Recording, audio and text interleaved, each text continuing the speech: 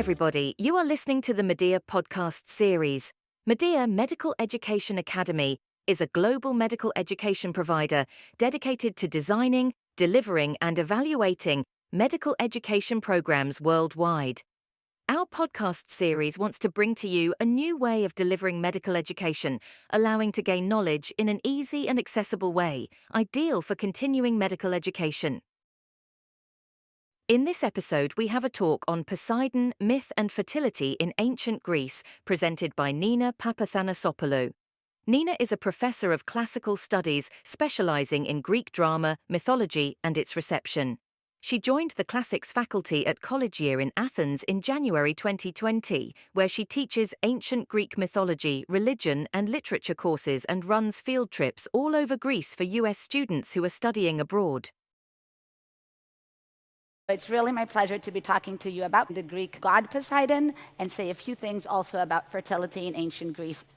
So who is Poseidon and what do we know about him?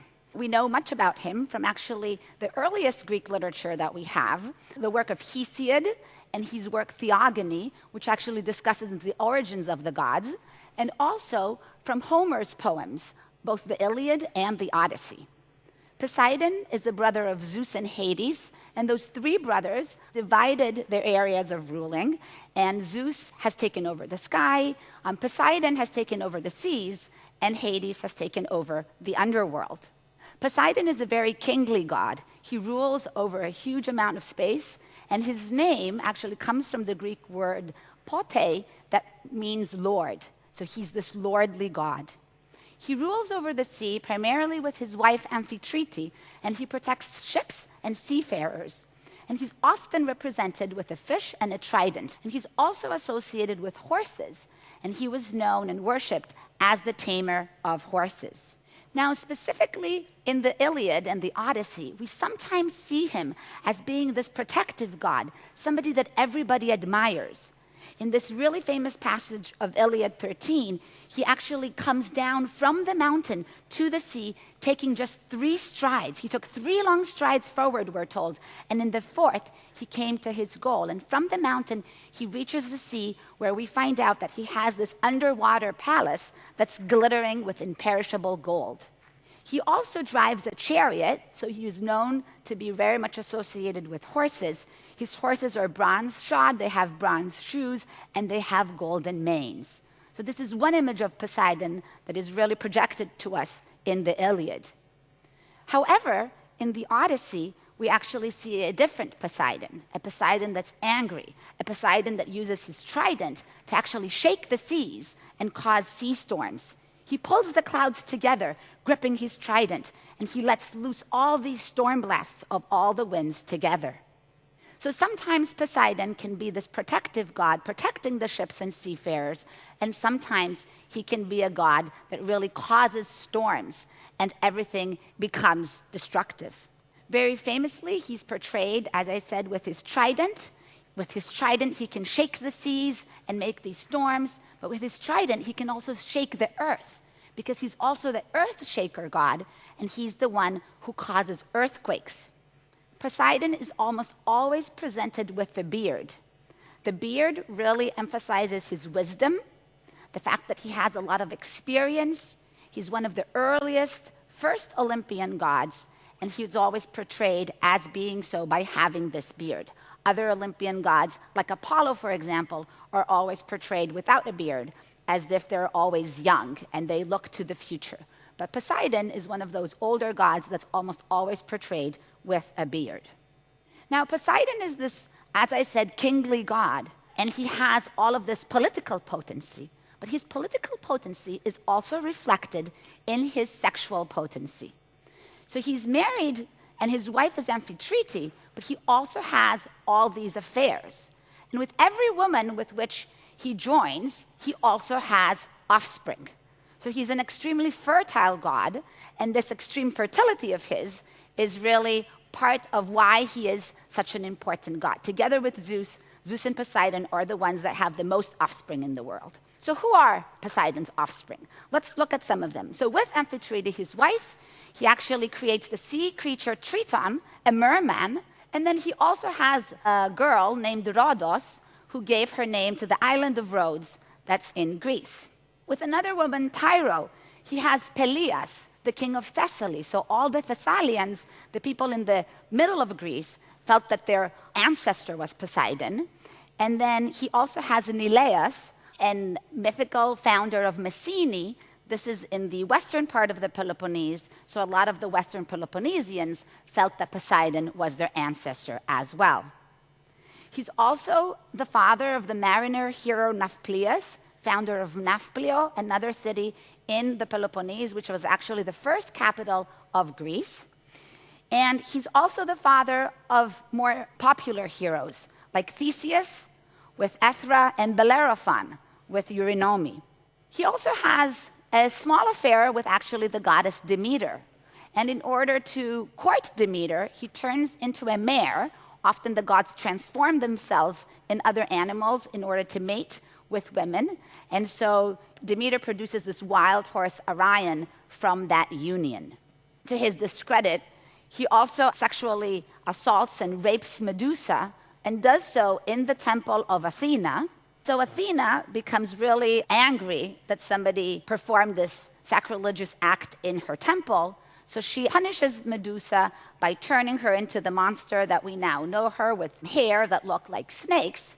When she actually turns into this monster and then is decapitated by the hero Perseus, these winged horses appear and are born from her, Pegasus and Chrysaor. So they are offspring of Poseidon too.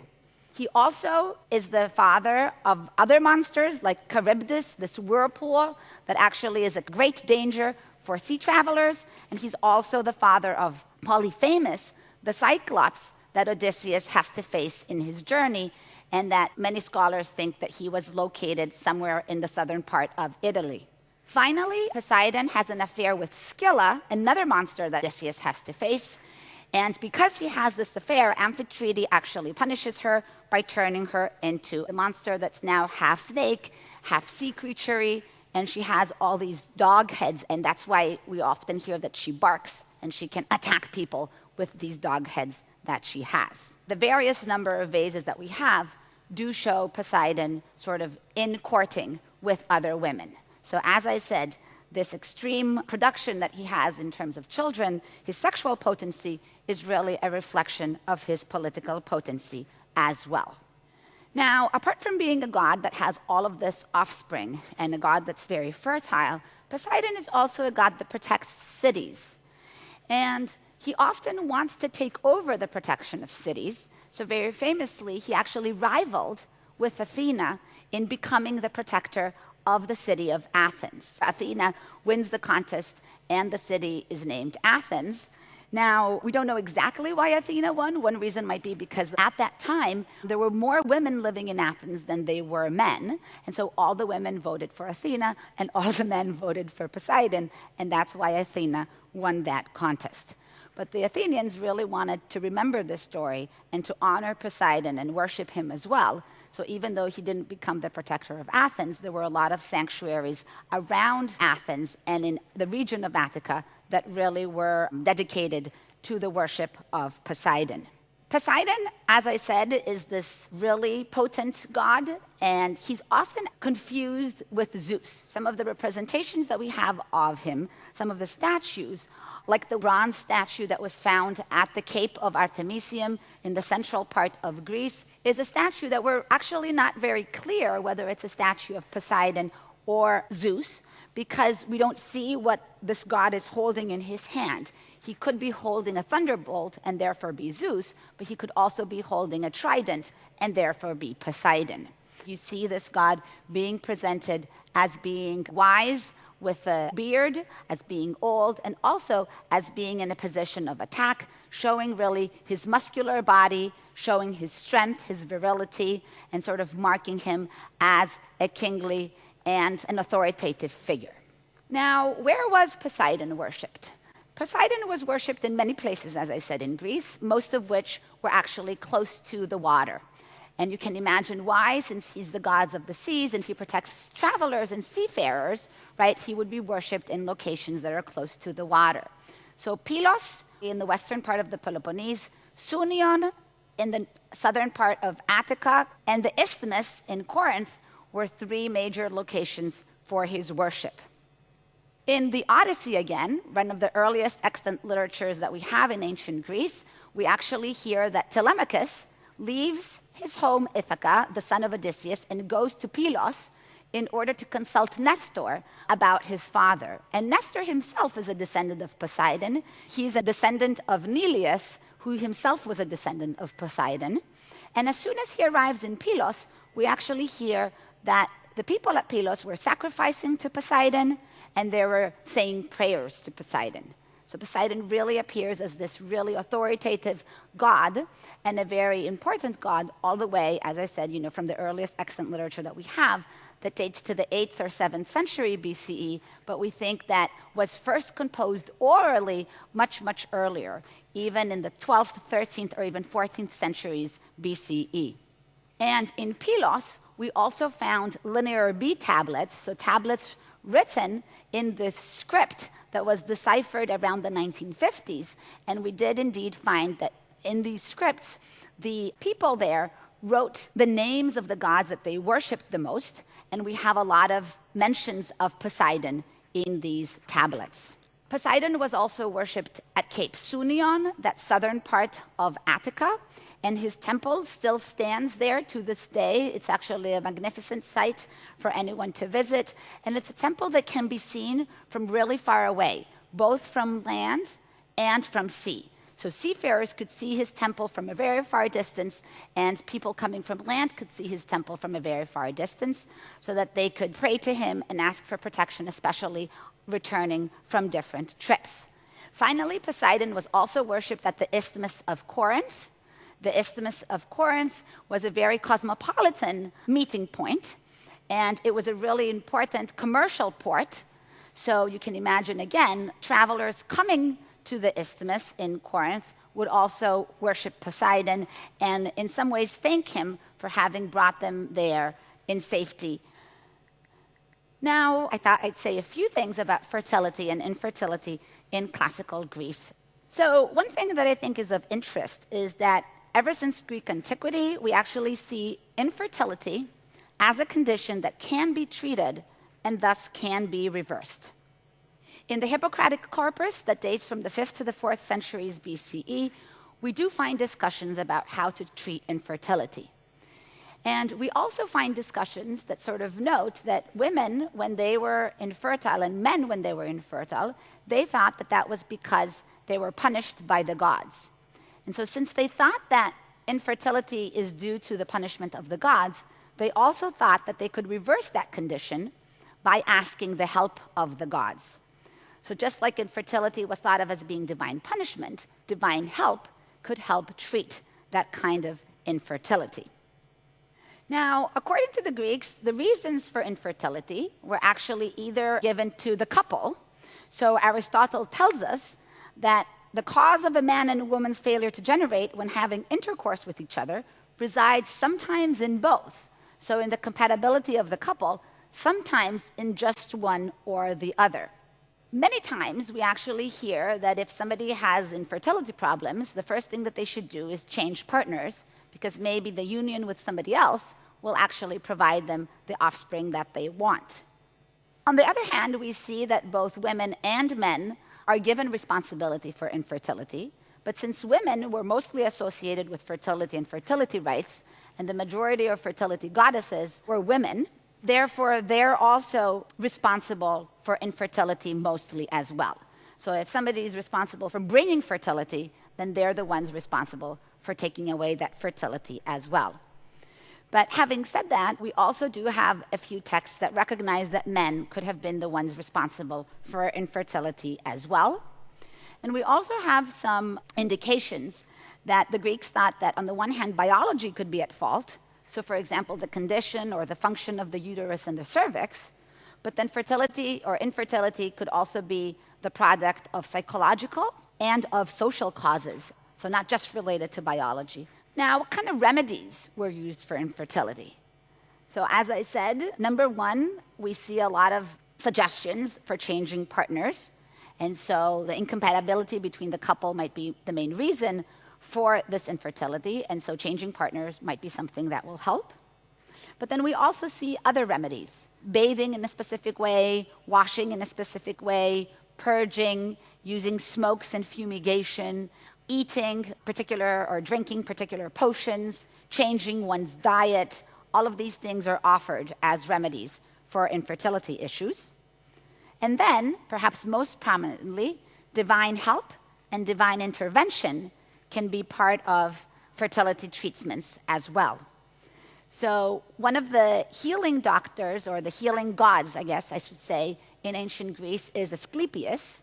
And we have over 100 sanctuaries of the healing god of Asclepius all over Greece. And in those sanctuaries, people would go in order to ask for help. And when they would go to those sanctuaries, they would actually often offer a part of their body that they wanted to be treated. For example, we have these votive offerings from sanctuaries of Asclepius of ears, so somebody who had maybe hearing issues, of eyes, somebody who had visual issues, of breasts. And breasts are always associated with fertility. So this might have been somebody who had an issue in their breasts or an issue of fertility, actually. Then we have often male and female genitals presented as offerings to Asclepius. So we know that patients would go to Asclepius, ask for help, dedicate these offerings, and as part of their treatment there that they could get, and they could get different kinds of physical treatment, sometimes they would also sleep in a part of his sanctuary named the Abaton, and they thought that help will come while they're sleeping. So as they're sleeping, they thought that God could come in them and they could heal them while they're sleeping. And we actually have remains of these places, of the Abatons, that had particular locations for the patients to sleep, and they thought, as I said, that they would get healed during their sleep. Now, another thing that I think is interesting to mention is that the Greeks believed that if a woman is infertile, that actually affects her overall health. And therefore, if a woman is infertile, she needs to be treated. But another thing that we see is that when men is infertile, that actually doesn't affect their overall health. And so there doesn't seem to be such a need to treat a man who's infertile as much as there seems to be a need to treat a woman that's infertile. So an infertile woman, from what we see from the writings of the Greeks, can cause issues in her overall well-being. So that's something that needs to be treated a lot more than if we see this same condition in a man. In addition, this might be because men have more solutions. They can change partners more easily. It was more accepted for a married man to have affairs with other women, where it was not accepted for a married woman to have affairs with other men. And also, it was easier for men to adopt children. And so perhaps because also they have more solutions, that would be a reason why we don't see a lot about treatment of infertility in men. And we also see that it's usually male doctors that are treating women patients that are suffering by infertility. Although we do have also the attestation, especially by the comic poet Aristophanes and our philosopher Plato, that tell us that midwives called Maiai in Greek were actually specialists in fertility and fertility issues as well. However, even though this is the information that we get from the historical and the medical corpus that we have, it's interesting to note that in most of the mythology, so in most of the myths that we have, it's actually the men that appear to be infertile and that seek help for infertility.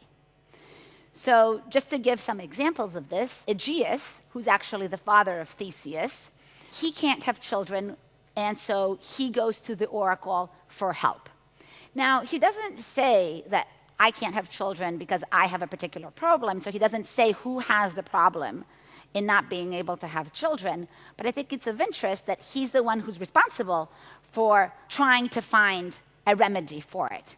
And so he goes to the oracle, he's the one who asks for help from the oracle, and he's the one who gets the response from the oracle and has to decipher it and figure out what to do.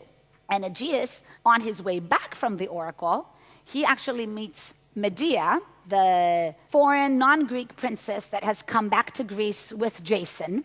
And she appears to be this woman that actually has all of these fertile potions and appears to be a little bit like a goddess of fertility. And she tells Aegeus that she's going to help him. So even though, as I said, in the Hippocratic corpus And the historical information that we have, we see more women who are infertile that are treated by men. In the myths, we see a lot of men who are seeking help, but they actually receive that help from women. Also, Laius, the father of Oedipus, can't have children with Jocasta, and they go to the oracle for help. Xuthus, the father of Ion, also can't have children and goes to the oracle for help. So many men who are infertile seek divine help from the oracle. And, the oracle always gives ambiguous answers, and so they're answers that really need to be interpreted. And many of these answers aren't necessarily related to physical treatment. They might just be about the particular location, the particular place, the particular timing that you have to have in order to have children. Now, finally, I want to end by looking at some of the fertility gods and goddesses that existed in ancient Greece, the majority of which were women. So we see fertility goddesses all the way from Mycenaean and Minoan times. So the Minoan civilization flourished in Greece during the Bronze Age, somewhere between 3000 BCE and 1500 BCE. And its center was primarily the island of Crete in the southern part of Greece. And there, we have actually found in Knossos, in this famous Minoan palace that exists there, statuettes of this mother snake goddess. And this mother snake goddess seems to have been worshipped as a goddess of fertility. So how do we know that? Well, first of all, breasts are exposed, and breasts are very much a symbol of fertility. And then she also holds snakes in her hand. And snakes are actually symbols of fertility too, because snakes have this unique feature of shedding their skin and of being able to renew themselves. And so they're able in some ways to produce new life by doing that. They're able to recreate, to be reborn, and fertility is very much associated with rebirth, with renewal, with creation. And so this goddess that has her breasts exposed and is holding snakes was a goddess that we think was primarily worshipped for fertility purposes and was associated with the renewal of life. Another goddess that was associated with fertility and the renewal of life was also Artemis. Artemis more broadly, but Artemis of Ephesus more specifically. Artemis of Ephesus had this massive protuberances on her chest. And we're actually unclear what those are supposed to be. Some scholars think they're breasts, others think they're testicles, others think they're eggs. And you can imagine, right? Eggs, they're also a symbol of life. New life is born from them. So whatever they are symbols of fertility. Now, Artemis of Ephesus was associated with fertility, but Artemis, the goddess, was associated with fertility as well. Because Artemis as a goddess is a virgin goddess. She's a huntress goddess. But she's also the goddess who really helps girls transition from girlhood to womanhood, to adulthood. So she really helps that transition, the puberty stages, the stages when a woman first gets her period and she menstruates. And that's why Artemis was also associated with fertility, because those early stages of menstruation, the Greeks thought were really important for how fertile a woman might be in the future. So we know that girls actually in sanctuaries of Artemis all over Greece offered her offerings that were associated with fertility, like breasts and other parts of the body that we discussed. Also, Aphrodite is a goddess of fertility as well. Aphrodite, our goddess of sexuality and of sex, is a goddess of desire and helps couples unite. And what's interesting also about Aphrodite is that in one of her origin stories, in a story that actually Hesiod, in his work The Theogony, his story about the origins of the gods, presents to us, he actually presents Aphrodite having been born by the male genitals of Uranos. Uranos, the sky god, that was actually castrated by his son Kronos. So Uranos, the story tells us, was suppressing his offspring because he was worried that his offspring were going to be more powerful than he, and therefore were going to overpower him. And so his wife Gaia, Earth, so sky and earth, have joined together in the Greek idea of the world, so the sky above and Gaia below have joined together, but Uranos is suppressing Gaia and her offspring because he's worried that these offspring are going to spring up and they're going to overpower him. And so Gaia asks for help from her son Kronos, and what they do is that they castrate Uranos and they throw his genitals into the sea. And it's from these genitals that have been thrown into the sea that Aphrodite appears out of the sea and out of this foam of the sea. And scholars have pointed out that because Aphrodite is born from these genitals, she becomes the goddess of sexuality, but because she's also born from a violent act, from this castration, often love in the minds of the Greek was thought of as being violent and destructive. Now, another goddess associated with fertility is actually Demeter. Her name itself comes from meteor, meaning mother, and de, meaning earth or barley. So she's this earth goddess. Demeter is almost always represented next to her daughter Persephone, and Demeter is often called Karpophoros, so a goddess that bears fruit. And so she's mostly responsible for making the lands fertile and bringing a lot of harvests to people. But she's also associated with bringing fertility to households altogether. So she can bring fertility to the lands, but she can also bring fertility to the people. As the goddess of agriculture, people would actually offer to her the first fruits of their harvest, and they would often offer to her pomegranates. And so she became associated with the pomegranate, and we often see statues holding pomegranates as offerings to Demeter. And maybe you can imagine why the pomegranate becomes such a huge symbol of fertility, right? It has all of these seeds in it, and so it was thought of as being a fruit that could offer a lot of fertility to people. Hera, the goddess of marriage, was also thought of as a fertility goddess, protecting women, particularly in childbirth. And finally, Eleuthia was the goddess of childbirth herself. And as the goddess of childbirth, she's often present in scenes of birth. There's a unique story in Greek mythology where Zeus is able to actually give birth to Athena on his own from his head because he swallowed his first wife, because he also doesn't want his offspring to be more powerful than he is, and therefore he then gives birth to Athena on his own. And since there's no mother here to be present at the birth, Eleuthia, the goddess of childbirth, comes to help with this unique kind of birth. So those were some of the fertility gods that the Greeks had and really worshipped.